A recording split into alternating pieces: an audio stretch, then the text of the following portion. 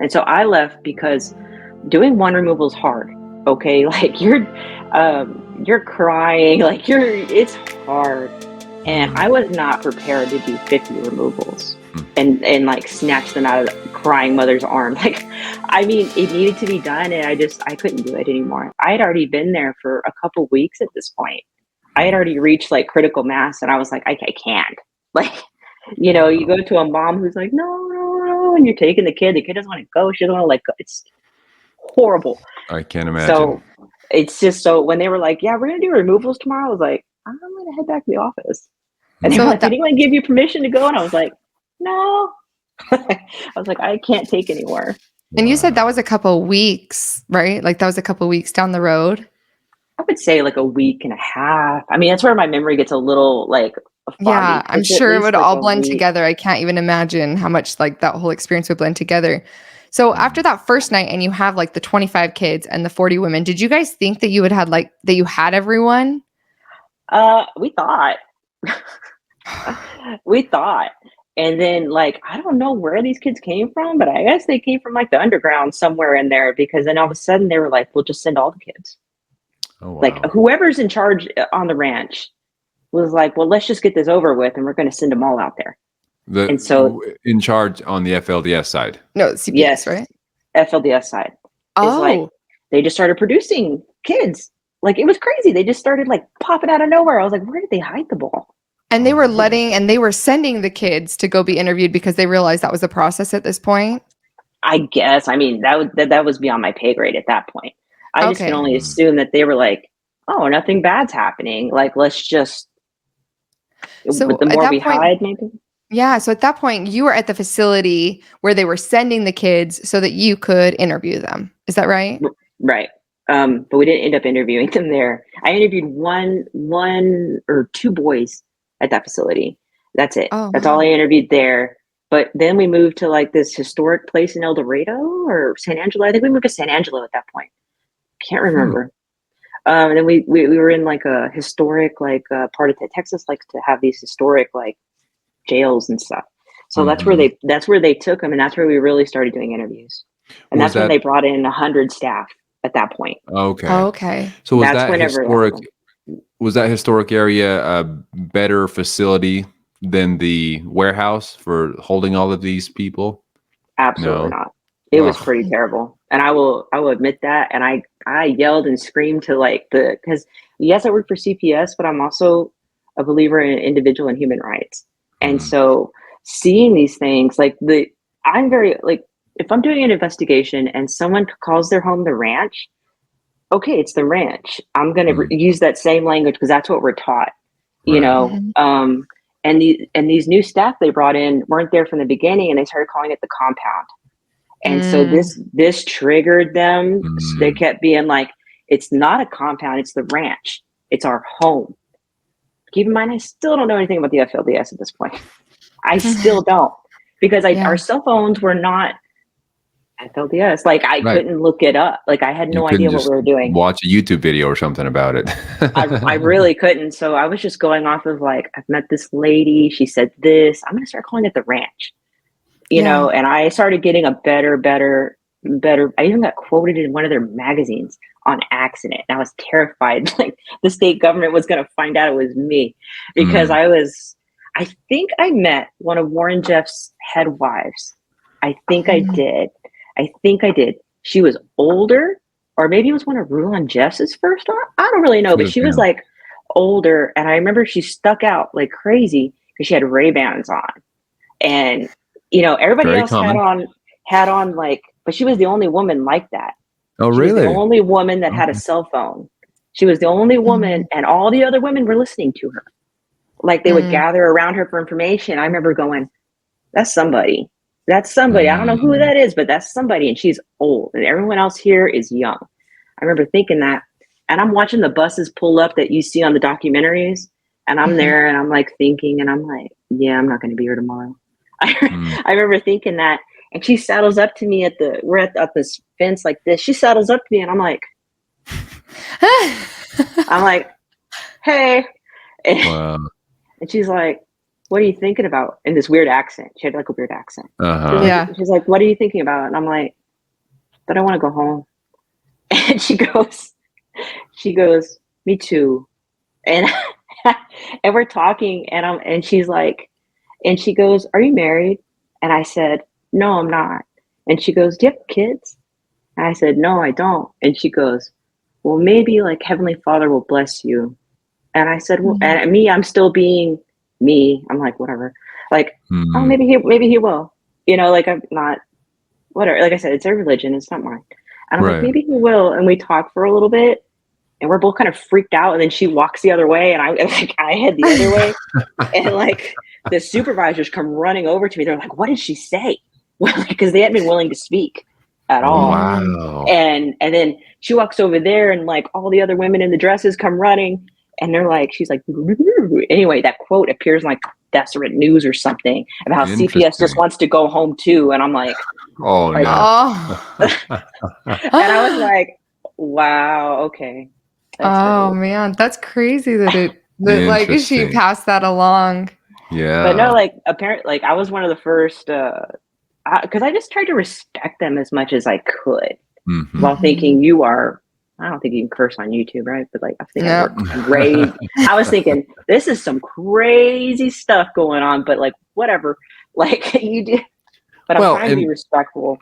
For someone like yourself that had never even heard of the FLDS, not even much about the mainstream LDS church, I mean, I can imagine how strange, and how hard it would be to try to put yourself in their shoes, to try to understand where they were coming from and all of that.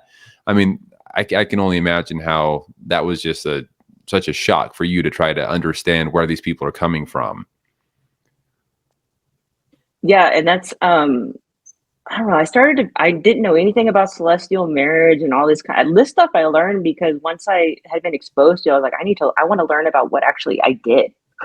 What was I involved in? And so I know more than like the average person probably does about some of these things. And so I started reading about it, and I was like, man, if only I'd known all this stuff when I interviewed them. If only I had known, I could have made so much headway with these women. If I had been like, okay, I understand, like, this is how you think, but, and so that's where Alyssa Wall really came in. Once we started doing these interviews, they brought in Alyssa Wall. So Miss Wall, man, meeting her was so cool because she came in and she was like such a bright, light, like almost like beautiful person. She is. And like she kind of like lights up a room. And at that time, I didn't know anything about her. I just remember thinking, whoa, she used to be one of these people? No way. Like, there's no way. Like, I remember thinking that. And she set us down, and she was the first time we actually got a briefing about what the FLDS was. Okay. And so by this time, I've already done a couple interviews, and I'm like, wow, that's something great to know, like 4 days ago. So I remember raising my hand. I was like, how do we ask them about, I don't know what you could say on YouTube. How do we ask them about these intimate things or these sexual things that are going on? Because if we tried to talk to them the way we did in the community, it just didn't work. Yeah. They were like, what are you talking about? Like, what do you mean? And so she answered those questions and said things like, when you interview them, ask them like, I know this is intimate and sacred and spiritual, but this is something that, to talk to them like that. And these are things that we learned about with Miss Wall. And then she told us that, and then the interview started changing. For me, they did, because I was able to be like, I know this is like a spiritual matter and this is very important to you. Still didn't understand really what it was, but I was like, whatever, it's important to you. Let's make this happen. Well, and most normal people are not thinking of sexual things or sexual abuse as being considered sacred or spiritual.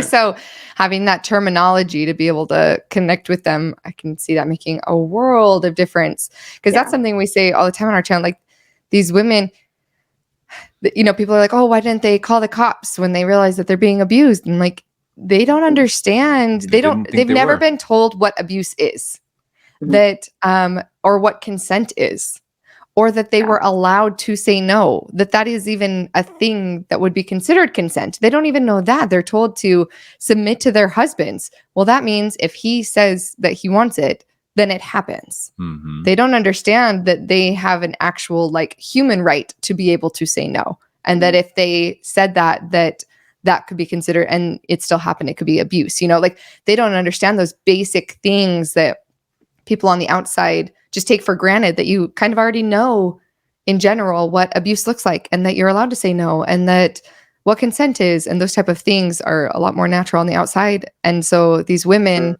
I can see how hard it would be to try to ask them questions like that when they don't even have a basic understanding of what that would look like. Which is something like that you're teaching me right now that I didn't even know. Oh, like I mean, I've heard you speak about it before on both of you speak about it before on your videos, but like hearing you talk about it is like, oh man, like knowing it's even as far as that, like she can't even say no. Like that's like, it's so terrible. Yeah. Like, but I can't imagine how much harder that would make your job. If you go in and not knowing, or these women not even like, I don't even know how they would be able to communicate with CPS, right. even if they were wanting to cooperate, because they probably don't even understand their basic rights to their own bodies.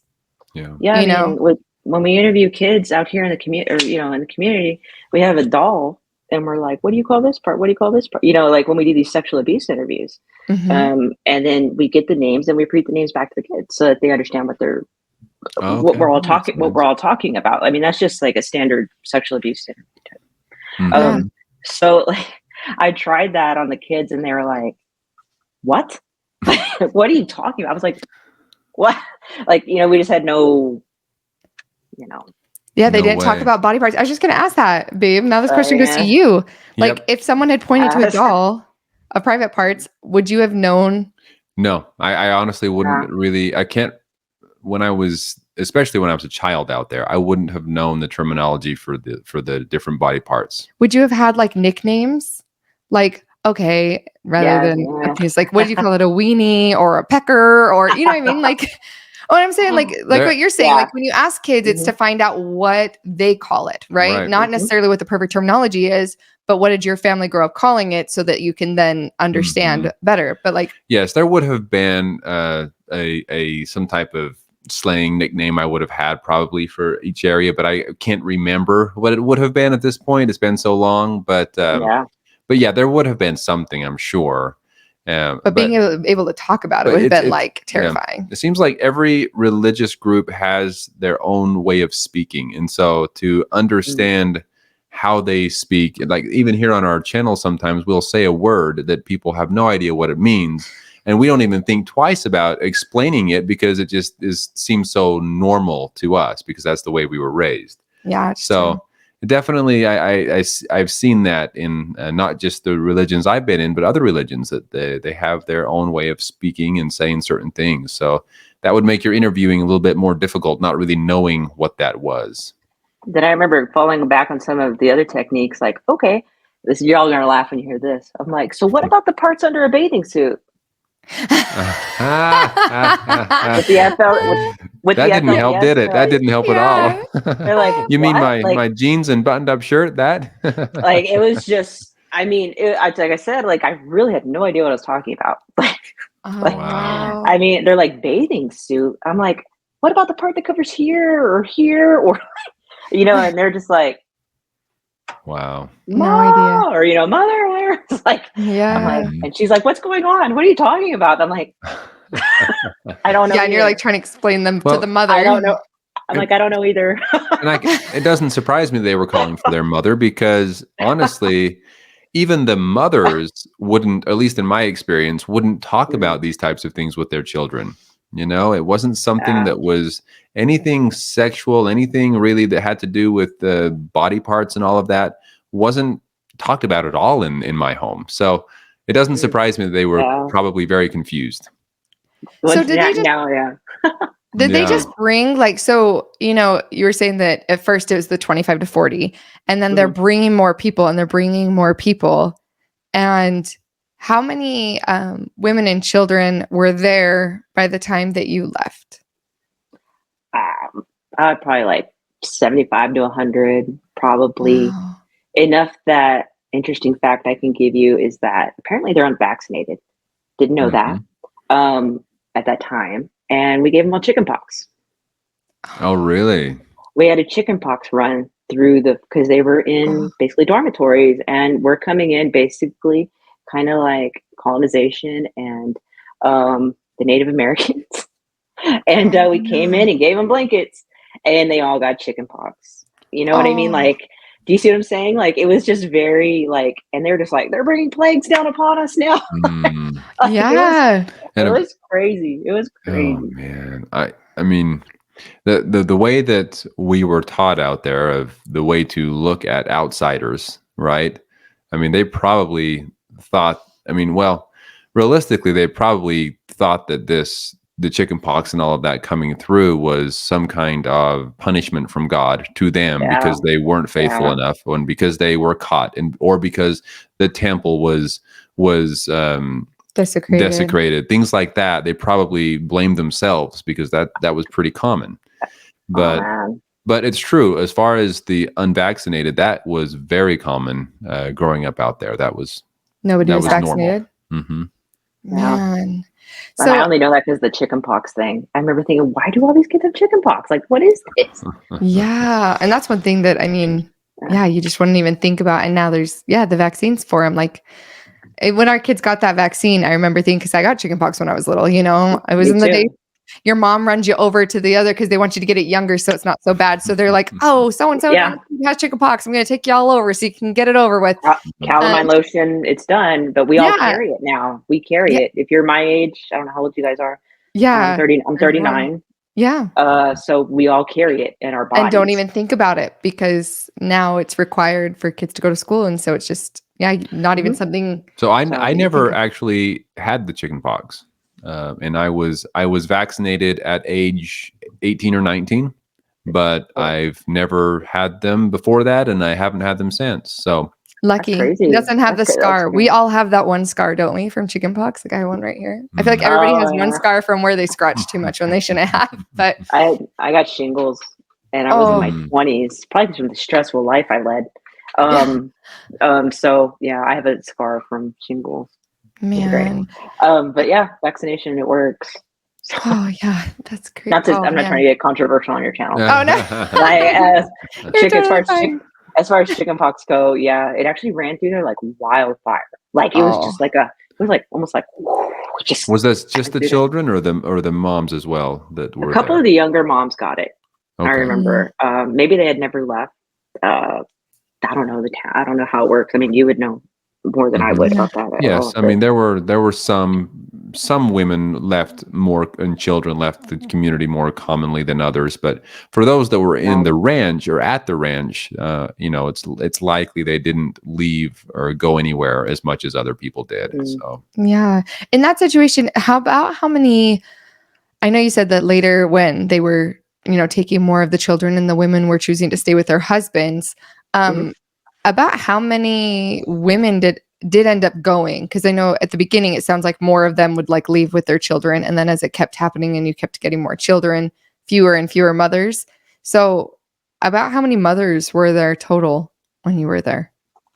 Well, it kind of gets confusing because a lot of those kids didn't belong to those families. So I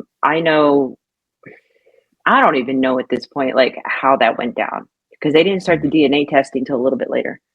Once they realized that the women were lying, the men were lying, the kids were lying. Like, well, I say kids are lying, but they're told this is my mother, this is my father, and they were going with it.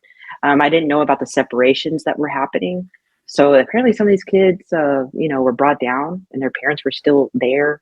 Oh, yeah. I don't know. The parents weren't worthy. I mean, I don't really know much about that. Again, that's more of a Sam thing to answer, right? But I know that. So I would say it was like a yellow school bus full. Now, however many kids she had with her, or was that the mom? I don't even know. At this time and place, I don't know. But I know like a yellow school bus worth were like, let's go, and took the kids and left. Where they went after that, I don't know. Gotcha. CPS would have kept up with those families because they left under CPS, like a family, what's it called? I don't remember anymore. Family-based safety services. So they would have stayed within a plan like to stay away from. If they went back, I don't know, but they had to do like say 8 months supervision, not legal supervision, but voluntary supervision to keep those kids with them. So some women did. They were like, I'm out. This is like my golden ticket. I feel like they were. I think if some of them could have just like left, it would have gone. So some of the mothers. Yes, and some of the mothers, they could have left. All of them, we could have put them all safely in homes and food, and like there's so many. I mean, if they had just gone, but they didn't want to go. They didn't want to. Right. I wanted to ask you. I know you said that you did the interview with the first woman that you talked to, and you said she ended up spilling all the beans, right? Yeah. Are you allowed to talk about what kind of beans she spilled? Like, what were the things that she said, and how that affected the overall outcome of, like, obviously what you got from her was going to help create a domino effect for what was going on forward from there, right? So with her, I started interviewing her, and I realized that she was saying things that were heading in a criminal direction. And I was like, we're going to stop this interview because I'm not law enforcement, And so she ended up being interviewed by like those CPS investigators I told you that were also police officers. So they took her halfway through, and I just explained to her, I was like, I want to hear your story. I want to hear it, but I just, I'm going to ruin it for you. Like I'm going to, because I am not qualified to take statements for a criminal proceeding. So she was interviewed. I remember watching a little bit of the interview, and she was talking about how she was married off. The details are so long ago now. I probably blocked that for too. But she was like, "Oh, I was like 15. I married him, and these are his 2 children, and I don't want to be here. I don't like this man." Like, all this stuff. She just started saying it, and then he was one of the ones that they found guilty because they did DNA tests. It came back because those were his children. Statutory rape, or however they filed it, or whatever they did with it. I mean, it was very obviously rape. Like in, these 2 kids. Especially if the mom to these children didn't want to be there. I mean, that was pretty uncommon for the FLDS. Most of the women would have said, "No, I'm good. I'm happy. Leave me alone." Whether it was true or not, they would say those type of things. From what I know, was that your experience as well for most of the women? They didn't talk to me. Oh. The one other one that I did about 3 or 4 interviews before they just completely did a shutdown. The women did. They grouped up. Oh, wow. That head lady I was telling you about in the Ray-Bans, she locked them down. She was like, "Stop talking. We're not doing this anymore. We'll go with you to the interview area." And I remember we went into like someone's office. This is a memory that sticks with me to this day. And she's sitting there, and the 2 kids are just being 2 kids. And I don't remember her name or anything like that. But she was like, the kids were playing with like figurines on the desk. Like little, I don't know, you know how desks look. They have little things on them. And like, let's say this water bottle is one of the items, right? So the kids were like, "Oh, look at this." She was like, "Put it down. You know what the prophet says about unclean hands." And I was like, "Oh," my gosh. And she was like, "You have filthy hands, filthy hands." She was trying to like in Judaism, we kind of have a concept of that, of like ritually cleaning our hands. And looking back, that kind of reminds me of it, that she was like trying to like get the impurity off their hands. Wow. And I remember thinking like, so you never saw that, Sam, at all? Like they never told you like figurines were that must have been something that was more in the ranch lifestyle, because it wasn't anything that I mean, beyond the normal, you need to wash your hands if they're dirty, but nothing like that. But you guys weren't allowed to have like figurines. I know the girls weren't allowed to have baby dolls and stuff though either, were they? Right. Like as far as. So maybe that's why, maybe that was the unclean thing, that they were touching it because it was a. Well, and yes, so it could have been that. But I mean, I had some toys growing up and things. So it must have been a whole new standard of way of living at the ranch, because I know there were a lot of rules there that weren't with my family when I was growing up. Yeah, they were definitely like that next level of rules for sure. Cleanliness. Exactly. I was never righteous enough to be involved in all of that. So. I don't think you missed out. Doesn't seem. I'm just throwing it out there. I don't think you missed out based on what I saw. And I didn't see any men your age there at all. Oh, really? None. So they were either a lot older or very young. Yeah, either 14-year-old boy. I think there was like that 12, 13-year-old boy that I told you about. He was one of the only ones I saw. Okay. And Wow. I don't know his name. I just know that he may have been older even. I don't know, but he was obviously there as some kind of like snitch. Yeah. So Like, this I don't know brings what up, he was doing there. this brings up more questions then. So when you first arrived, you said there were some people that were members of the FLDS community that were on housetops and other places with rifles. And does that, so they must have been young boys or older men. I don't know, but you're right though. These had to be younger guys to get on roofs, right? So you got to wonder if I they were mean- like continuing to hide and they just didn't give you the men Oh, as maybe. children, you know, if they were continuing to hide or Mm. continuing to like protect the temple, or if they That's sent true. them I mean, out to work. It's actually I've never even thought about that, like who was actually up there. Because you're right, these men were like in their 60s and 70s. I don't think they were wanting to like, those buildings were high. Like I Yeah. wouldn't have went up there. I was in my 20s. Right. So, I mean, maybe they were just really young boys. You know, I mean, It I could know have. that. It could have been. Yeah, I know that at a very young age, a lot of the men are working, you know, full-time jobs, that type of thing. So maybe they were skilled with a rifle at a very young age. I'm not sure. Did it seem as far like for the children, did there seem to be more young girls than boys? Oh, I saw some small boys, like Okay. 3 years old, 4 years. Like I said, that first family I Like interviewed, really that young. boy was like 4. Oh, okay. You know, I mean, it was all girls. It was tons and tons of girls everywhere. Like it was Yeah. just like, it was wild. I was like, and those nights. I mean, it's kind of like a sidetrack, but there was nowhere really for us to stay, so like I had to find this like rock bottom motel. I would Mhm. close my eyes and I would see those prairie dresses. Like I could not unsee them. Like in a traumatic way. Like it wasn't Yeah. funny. Like I remember closing my eyes and just seeing pastels. Like it's because I was surrounded in them all the time. Like it was weird. It's still something like in my brain that's kind of burned in there of just seeing like so many of them just like just wandering around. It was wild. Wow. So when you decided that you were like, I can't handle this anymore, and you decided to go back, did you, were you still involved in the investigation at all, like from a desk, or were you able to kind of sever ties and just say like, I just severed ties. Severed ties. I said, I don't know anything. I will stand behind what I did.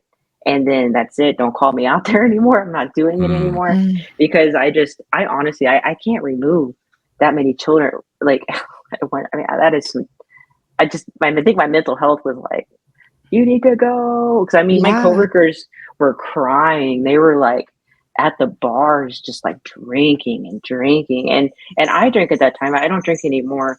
I remember I would drink, but it was just like, you didn't have the stomach for it.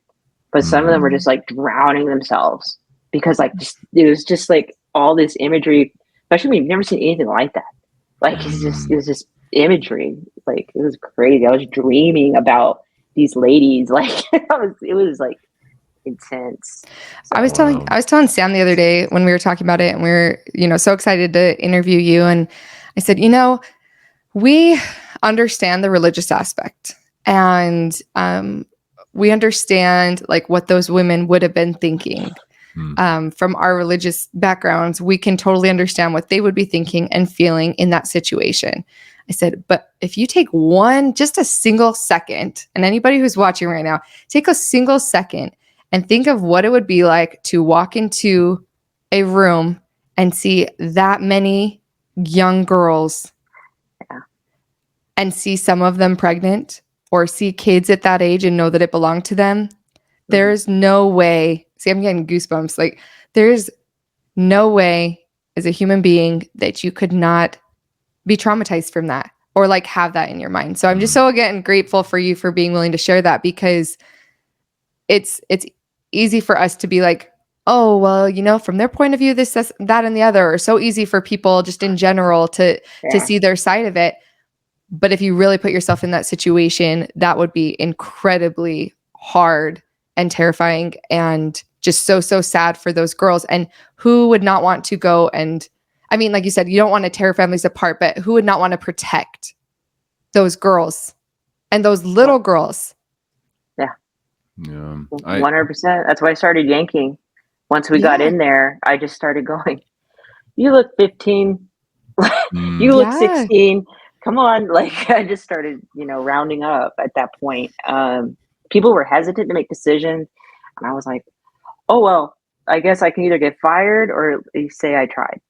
And mm, that's what I went with. I went with that. And that's what I did. So I didn't yeah. get fired. Well, we're Well, glad you Uh, didn't. from you from know. the from the FLDS view, and from maybe a lot of people that watch the documentaries about this experience, it's probably easy to say, man, these people that went in and ripped these children apart are the bad guys. They were the ones doing all the horrible things. How dare they, right? But sharing your experience and story kind of sheds light on the fact that, I mean, as you share your stories about your coworkers, I mean, this was horrific and terrifying and traumatizing for them as well. This wasn't like you wanted to go in there and rip families apart, right? It was just, it was a very unfortunate thing for everyone involved that felt like they were Yes. trying to do the best they could to help these families. So that's not something that a lot of people think about. 100% that was true. No one, I think I told Melissa, like, over text message, like, none of those people work there anymore. They all quit within a month of being there because we could not unpack the trauma. We could not. They promised us debriefings. They promised us counseling. And this is where I will slam CPS for the things that they did. They never did that. They never debriefed us. They never offered us therapy. They never did anything to help us. And eventually I suffered burnout, developed PTSD, and left.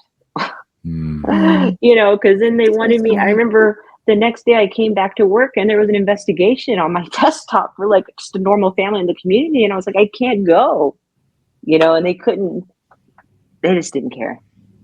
Like in that aspect of who your staff are. And they wonder why CPS is understaffed and why people leave.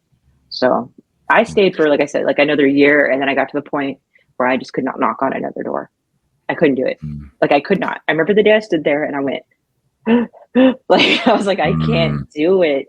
And I ended up, And this was primarily due to the experience you had at the ranch that kind of led up to this, or was this just everything in general with other experiences you've had with the job?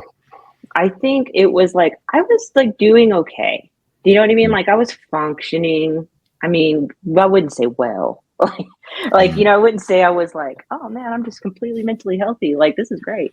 But then I went and did that, and then I just started having panic attacks like after that. And, just wild out there without any type of help or mental health or anything. Like I said, like CPS wasn't like, hey, would you like to talk to a counselor? Would you like to see it? They have this thing. I'm not going to say that they don't have it, but they have something called like employee like referral program where like you call and like, hey, I'm having a hard time. And they're like, here's a therapist. Click. Like, and plus, I don't know, it's just a lot. And then sometimes talk to therapists and tell them about the ranch, like no one's gonna believe, like, not that they don't believe, but they're more interested in my story. They're like, and then what happened? And I'm like, okay, that's not why I'm here. Yeah. Like I need to talk about how it affects me, not the like job that happened itself. Like it is very interesting. I know it's very interesting to people when they hear it. And so I just happened to be one of the people that was the first in. I don't, it just happened that way. Yeah. I don't know. It's just weird. Yeah. I can only imagine. And I mean, I wouldn't have the stomach for that kind of thing. That's for sure. So, well, you had to go through like probably, I mean, I don't know how many normal, like taking children away from their homes you have in the normal community, but I mean, you're talking again, like, I don't know what the normal number is, but that's like exponentially more in one experience than what you would do over the course of however long, maybe four every 6 months. Oh my word. And that was, you're doing 25 in a day. There was no way I was going to do it. I knew physically I could, like emotionally, I just wasn't going to, because sometimes you have to like take the baby from the mom. Like that is like, it's one of the worst things you can experience. Or take it from the dad is just one of the worst things you can experience as a human being, I feel. Even though you know you're doing the right thing, but it's just so hard. And people don't they like to say that we get money for the kids that we take, and like how much. I've heard this before. Oh my Like, word. how much money did you make at the ranch? None. not any. Yeah, I got paid emergency pay, but I didn't get paid any money for taking those kids. And I'm a big advocate of leaving children with their families because I believe that's where they belong. If you're in a polygamous family, like that's fine, as long as you're not involving yourself in like some kind of weird aspect of it. Like, who cares if you have two moms? We have polyamory alive and well in the United States, and it's fine. Who cares? People have two moms, people have two dads. Like, who cares?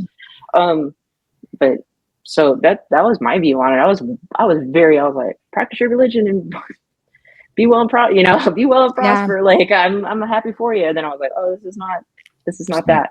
A lot more to under it. the guise of something else. Yeah. So I was like, okay, you have four moms. Like, it's not a big deal. Well, to me, it wasn't until I found out what was really going on, of course, out there. I don't know. I was trying to think. I wrote down a couple things that I thought were interesting for you. Yeah, I was going to ask you. I was going to say, anything else that you wanted to share in particular? Let's see.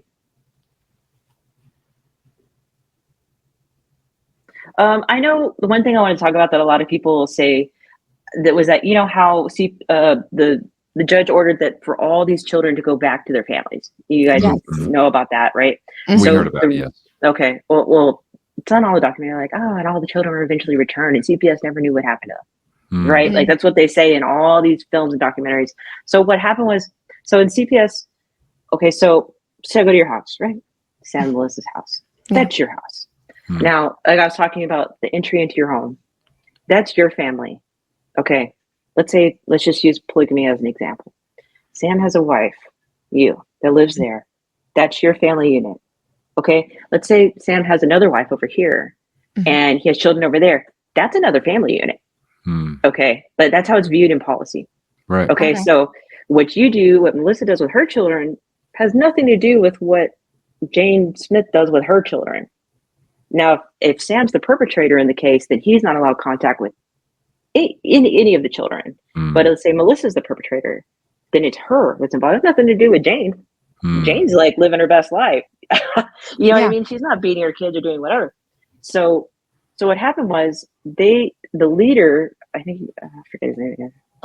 But it does not stick with me. Probably. No, you're fine. Probably because I don't want it to. That's probably what it is.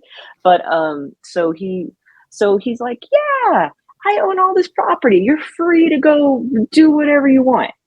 Okay, great, right? Except where we treated everyone like one large family out there. Now, I don't know if you see where the policy starts to, like, you see it, right? I can't hold you responsible for her activities. So, but what they did when they did the removal was they treated it like one big family. And it wasn't one big family. Right. And that was the problem. So the judge was right to return the children to the families because the removals were done incorrectly. So they should have been done. Melissa's children were removed because she beats them. You know what I mean? Yeah. That's for that reason, specific hearing for you, your children were removed. Instead, they did a mass removal. And you can't do that. You can't do it. That's like going into a neighborhood and taking all of the children in the neighborhood. You can't it's the same concept, right? Like, let's say you went to a trailer park. You can't go to a trailer park and just take all the kids. And that's what we did. And that puts a whole different light on the situation. That's interesting. I haven't thought about it like that, but that's exactly what happened. Yeah. I was going to ask you that question. What was one thing that you think that the CPS didn't handle the best and one thing that you think they did really well? So would that be the one thing you think they didn't handle the best way? I think we know the policy. We knew the policy as investigators. And we were saying, like, I have, this family, and why am I combining it with this family? That doesn't make any sense because we see it all the time in the community.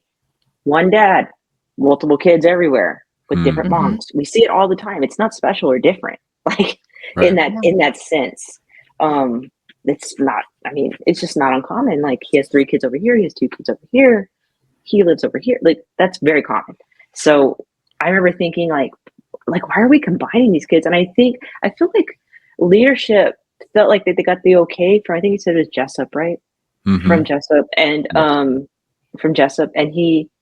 they took that as the okay for the entire property, and I don't know what they were thinking. I sometimes think like they got bamboozled in a way, but I'm like, if you just stuck to policy, we'd still have all those kids. Hmm.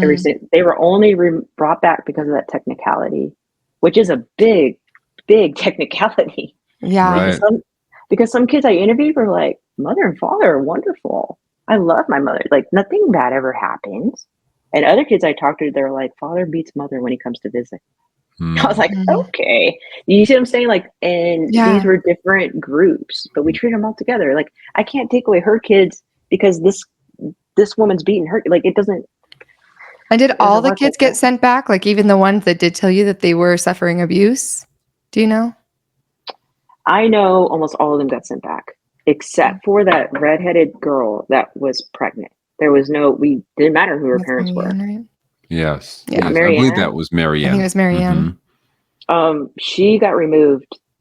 I don't know what happened to her, but met her, and she was walking around pregnant. It was so awful. Her body just was not like, I don't know. It didn't look right. It just was. Yeah. You're not supposed to see 13, 14-year-olds look like that. Like, you know what I mean? You're just not supposed to. And she still looked like a little girl, but with, I don't know. But, so she, I know, got placed with a foster family. I wonder how that went. I would be very interested to know actually how that turned out. So. They can't ever be allowed to speak on that, of course, but right. I'd be very interested to know like how that went. Yeah. On that note, you mentioned that you just went back to the office. Eventually, you couldn't take it anymore, and that was that. But you now mentioned that you know a lot more about the FLDS and the LDS Church and all of that. So obviously, you did some research out of curiosity, or it seems like you almost obsession for a little while. Yes. Okay. So you did start wanting to learn more, and did you try to follow up with the case and understand what happened in the end, or any of that? No, I didn't want to know about that, but I wanted to know. Yeah, like even, I don't know, even some of these documentaries that have been coming out, which is initially what caught your channel popped up on my feed because of those reviews. Mm-hmm. I was watching it and I was like, like thinking about it. I was like, they're rehashing this stuff again. Yeah. And then I was seeing a lot of criticism about things. That's kind of why I even like talked to you, because I was like, well, has anyone ever really talked about it? Yeah. You know?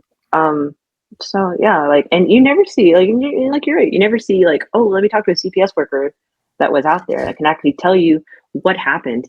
Of course, my view is my view. My perspective is my perspective. Right, and everyone has a unique one, but the fact of the matter is, you were there in the middle of it. Well, and we really appreciate, like, I just really appreciate you not only being willing to say it, but I mean, you're not sugarcoating the things that you see wrong with what CPS did versus the things that you think that you did well. Obviously, being able to get people out, or in those situations where you're finding out that they were abused. You know, if a kid's saying, "Hey, yeah, my dad beats on my mom," then you guys were doing the right things for that.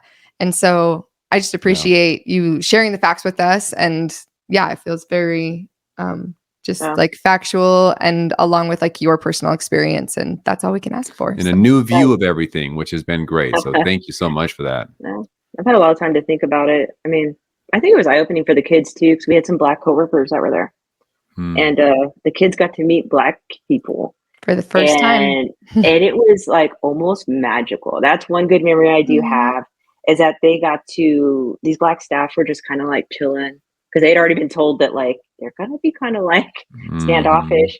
I remember like them coming up and touching their skin and being like, it doesn't come off. And these were younger kids, you know, and they're like, it doesn't come off, like you're not dirty.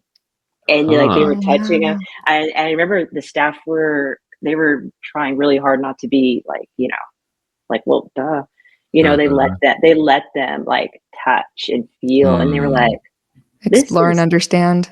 So I have to wonder like where that influence went later on. They're like, I met some really nice Black people, like, and later on, they let some of us hold their babies.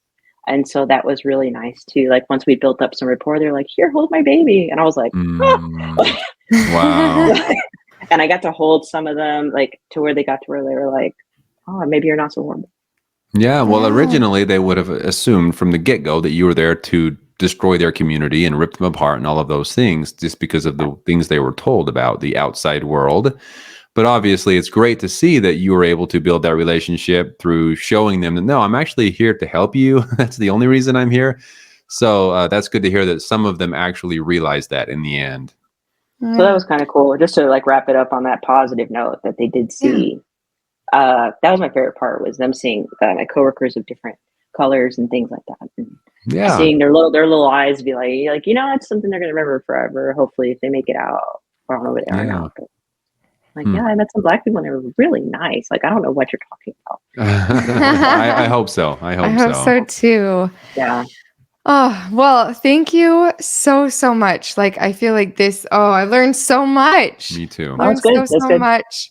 And we are just grateful that you were willing to share this, let other people know some of the misconceptions that we see all the time, some of the other side of the story, and letting us in and getting to see that point of view. So yes, thank you so much, Shannon. Thank you for being here, and we really appreciate your insight. Yeah. All right, thank you.